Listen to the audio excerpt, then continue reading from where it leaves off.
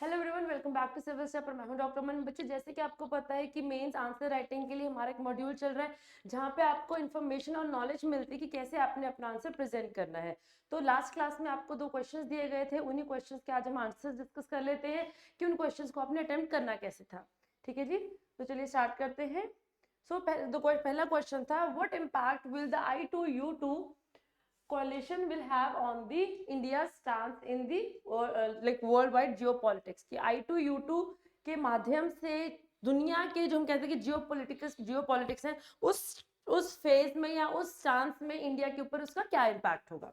Okay तो ठीक है ना, एज यू ऑल नो हमें एक स्ट्रक्चर बनाना होता है, तो you have to write an introduction, then a body and then your conclusion. Okay so आप इंट्रोडक्शन में लिखेंगे you will simply telling about what is I2U2, फिर आपने बॉडी लिखनी है। बॉडी में आपने, क्योंकि हमारा क्वेश्चन था इम्पैक्ट का, तो आपका जो इम्पैक्ट पोर्शन है वो आपका बॉडी में आएगा।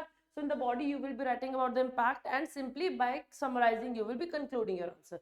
तो you can write in any way possible, जैसे आपको ठीक लगता है कि I2U2 क्या है। So this is the non security cooperation है, बेसिकली पॉलिटिकल कोऑपरेशन है of 4 countries, India, Israel, US and UAE. ठीक है ना, जिसके अंदर वो किस चीज के ऊपर कोलैबोरेशन कर रहे हैं, on certain developmental issues. This is not a military collaboration, ना ही कोई मिलिट्री अलायंस है, ये एक हम कह सकते हैं नॉन मिलिट्री कोलैबोरेशन है डेवलपमेंटल इश्यूज के ऊपर, जहां पे आपका health, water, you will be dealing with health, water, transportation, food security, space and energy.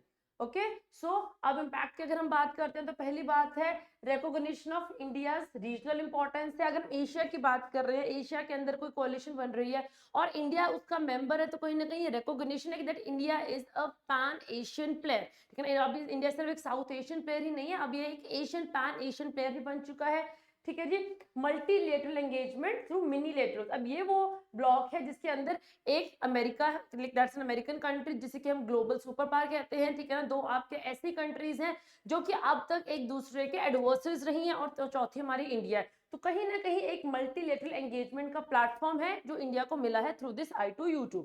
Okay, thus it will definitely help India in showcasing it's multilateral approach, की वो कैसे different approach की countries के साथ वो हम कह सकते हैं वो कोलैबोरेट कर सकता है। ठीक है जी, and it is basically an alignment which will help in countering Chinese penetration, क्योंकि अब तक हमने देखा है कि ईरान और सऊदी अरेबिया के बीच में एक डील मीडिएट करवाई गई है बाय द चाइना। तो कहीं ना कहीं चाइना के इम्पैक्ट और चाइना के इन्फ्लुएंस को काउंटर करने के लिए और बैलेंस आउट करने के लिए ये बहुत अच्छा है, हम कह सकते हैं इंडिया के लिए कि वो हमारे लिए मौका है, अपॉर्चुनिटी है। एंड लिवरेजिंग डाइवर्स कैपेबिलिटी, अभी हमने बात की है कि चारों कंट्रीज अलग अलग हम कह सकते हैं इन माइंडसेट्स और नेशनल इंटरेस्ट वाली हैं, तो डिफरेंट डाइवर्स कैपेबिलिटीज के साथ इंडिया को एक पोजीशन मिली है कि जिसके थ्रू इंडिया अपनी एक इंपॉर्टेंस प्रेजेंट कर सकता है। ठीक है जी, देन उसके बाद it definitely going to enhance the bilateral relationship, क्योंकि आप एक ही कंट्री के साथ 2 अलग अलग प्लेटफॉर्म के ऊपर मिल रहे हैं, तो definitely going to enhance the bilateral relations of India, be it with US, be it with Israel, be it with UAE. Okay, and balancing engagement amid geopolitical complexities. अब क्या है, अब आप वेस्ट एशिया की बात कीजिए तो you have got Saudi Arabia also and UAE, both are they are very good countries और they have very good relations with each other. But UAE, Saudi और इजराइल के बीच में रिलेशंस अच्छे नहीं है, and Israel and UAE are a partner of this I2U2। तो कहीं ना कहीं इस हम कह सकते हैं कि हमारे एशिया की जो ये जियोपॉलिटिकल कॉम्प्लेक्सिटी है उसे बैलेंस आउट करने के लिए इंडिया के पास ये बहुत अच्छा एक अपॉर्चुनिटी और एक बहुत अच्छा हमारे पास एक मौका मिला हुआ है। ठीक है ना, and addressing our energy politics and climate change. अब ये वेस्ट एशिया, ये वो रीजन है जो which is for which India is highly dependent upon for its energy needs. तो कहीं ना कहीं अपनी एनर्जी सिक्योरिटी को पूरा करने के लिए that is a very good opportunity. ठीक है ना, तो this was about the body and simply you can simply conclude your answer with any way possible. Basically आप समरी लिख देंगे, समराइज कर देंगे जो भी आपने लिखा है, so that is the best possible conclusion you can give to your answer. Okay okay, so next question था आपका, analyze the impact of policies and politics of China और इंडिया इंटरेस्ट। आपने बताना है कि चाइना की पॉलिटिक्स और policies का इंडिया के ऊपर क्या इम्पैक्ट पड़ता है। आपने वो चीज एनालाइज करनी है, इम्पैक्ट किन हम कह सकते हैं कि किन पर्सपेक्ट्स में हमने देखना है। पहला आता है आपका इकोनॉमिक इम्प्लीकेशंस क्या होती होंगी। ठीक है, तो चाइना की पॉलिसीज हैं उनके इंडिया के ऊपर क्या इकोनॉमिक इम्प्लीकेशन, दूसरा है कि उनकी स्ट्रैटेजिक इम्प्लीकेशंस क्या है। तो दोनों पर्सपेक्टिव से हमने देखना है कि चाइना की policies how they are going to impact और how they are impacting India both from economic as well strategic perspective, ठीक है। So as like regarding the other questions also, यहाँ पे भी you have to first give an introduction, then you will be writing a body and then you have to write the conclusion, okay। चलिए जी, सो अगर हम question impact का है, policies का है, तो सिंपली हम कंक्लूजन इंट्रोडक्शन में लिख देंगे that the Chinese policies they have definitely have, हम कहते हैं significant impact on India in various areas और वेरियस सेक्टर्स, ठीक है ना, जिसमें trade, diplomacy and regional power dynamics आ जाता है। सभी सेक्टर्स में इंडिया के ऊपर इम्पैक्ट होता है, ठीक है जी। China is the India's largest trading partner है, but there trade relation is imbalance, तो ये एक इंडिया के ऊपर इसका इम्प्लीकेशन है ना।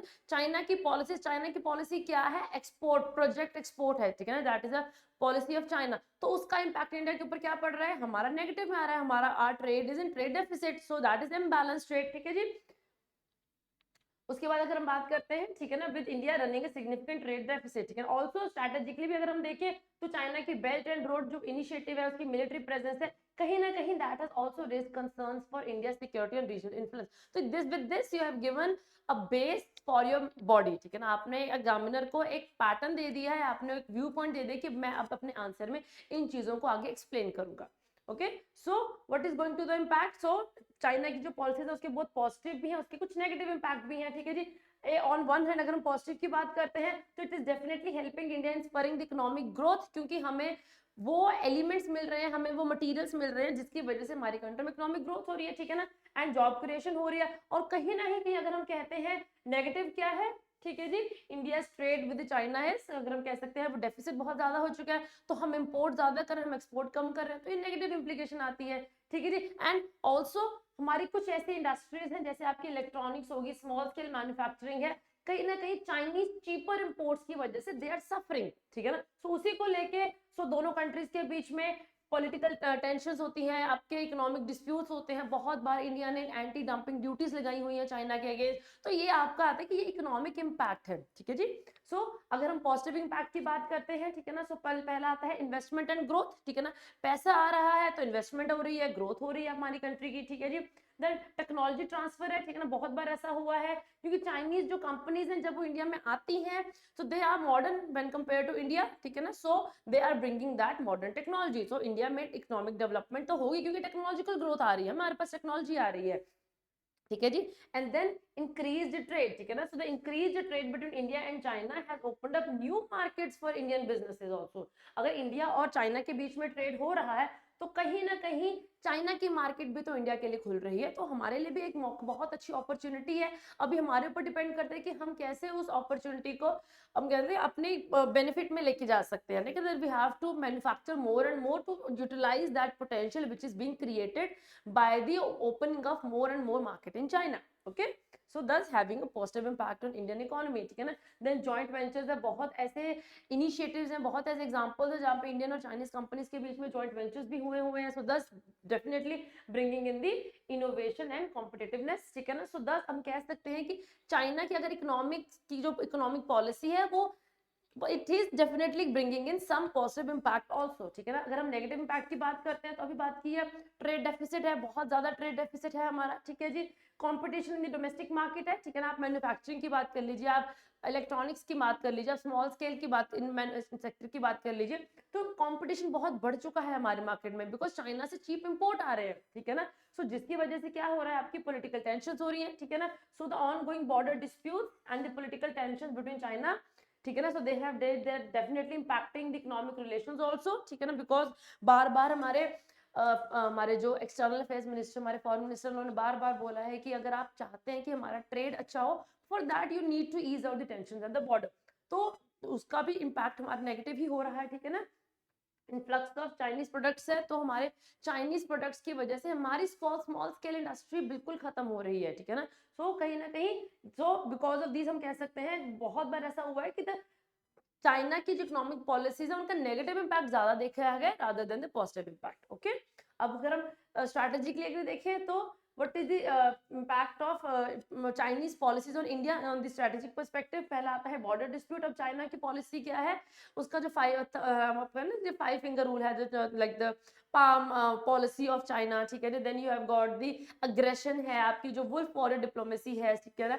तो सलामी स्लाइसिंग टेक्निक है। तो इन सभी उनकी हम कह सकते हैं पॉलिसीज की वजह से इंडिया और चाइना के बीच में बॉर्डर डिस्प्यूट बढ़ते जा रहे हैं। You have got the Doklam clash dispute, you have got the Galwan clash, आपके अरुणाचल प्रदेश में क्लैशेस हो रहे हैं। तो ये दिखाता है कि चाइनीज पॉलिसीज की वजह से, उनकी जो एग्रेशन और हेजिमोनिक पॉलिसीज है उसकी वजह से इंडिया और चाइना के बीच में बॉर्डर डिस्प्यूट बढ़ता जा रहा है, rather than being solved and eased out, so that is getting propped up again and again, ठीक है ना। देन मिलिट्री इंबैलेंस है, ठीक है, that is also very strategic impact आ जाता है, ठीक है। चाइना की मिलिट्री बिल्डअप हो रहा है, मॉडर्नाइजेशन हो रही है, सो कहीं ना कहीं इट हैज आउटपेस्ड इंडिया, ठीक है जी। देन इकोनॉमिक डिपेंडेंस, ठीक है ना जी। सो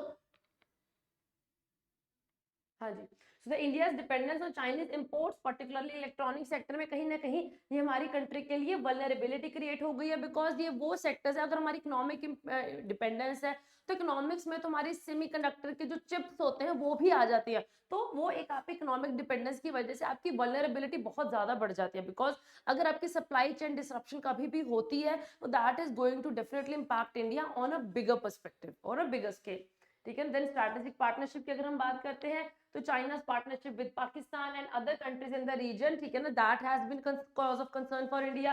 यहाँ पे आप सीपेक की बात कर सकते हैं, ठीक है ना, ये उनकी स्ट्रैटेजिक पॉलिसी, उनकी पॉलिसी जो कि इंडिया को स्ट्रैटेजिकली इंपैक्ट कर रही है, ठीक है जी। So the Chinese policies they have a significant impact on India on strategic perspective also, ठीक है। सो दैट इज हाउ आप बता सकते हैं कि क्या है, what is going to be the impact. So अगर हम बात करते हैं how can we cater to this, so India's policy it should be balanced, it should be a balanced one considering both economic and strategic implication। पहला तो economically, ठीक है ना, what can we do, क्योंकि हमारा नेगेटिव इंपैक्ट ज्यादा था तो आपको सोल्यूशन देना पड़ेगा। So India should aim to reduce its trade deficit with China, ठीक है ना।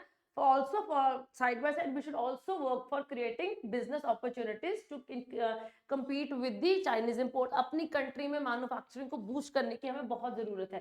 स्ट्रैटेजिकली अगर हम देखेंगे तो India should focus on strengthening it's economic and military capabilities, ताकि आप स्ट्रैटेजिक सेक्टर में चाइना को बहुत इजीली बैलेंस आउट कर सके, ठीक है जी। क्योंकि आपके इम्पैक्ट्स हैं वो नेगेटिव इम्पैक्ट्स हैं, तो नेगेटिव इम्पैक्ट को बैलेंस आउट करने के लिए आपको कंक्लूजन में वे फॉरवर्ड तो देना ही पड़ेगा, ठीक है जी। सो that's all for today and that's all for the HAS free mains answer writing. We hope आपको एक स्ट्रक्चर बनाना समझ आ गया होगा कि आपने अपने HAS मेंस के आंसर्स में आंसर्स अटेम्प्ट कैसे करने हैं, आपने क्वेश्चंस को एनालाइज कैसे करना है और कैसे कौन कौन से इंपॉर्टेंट एलिमेंट्स हैं जो कि आपके आंसर में होने चाहिए, ठीक है जी।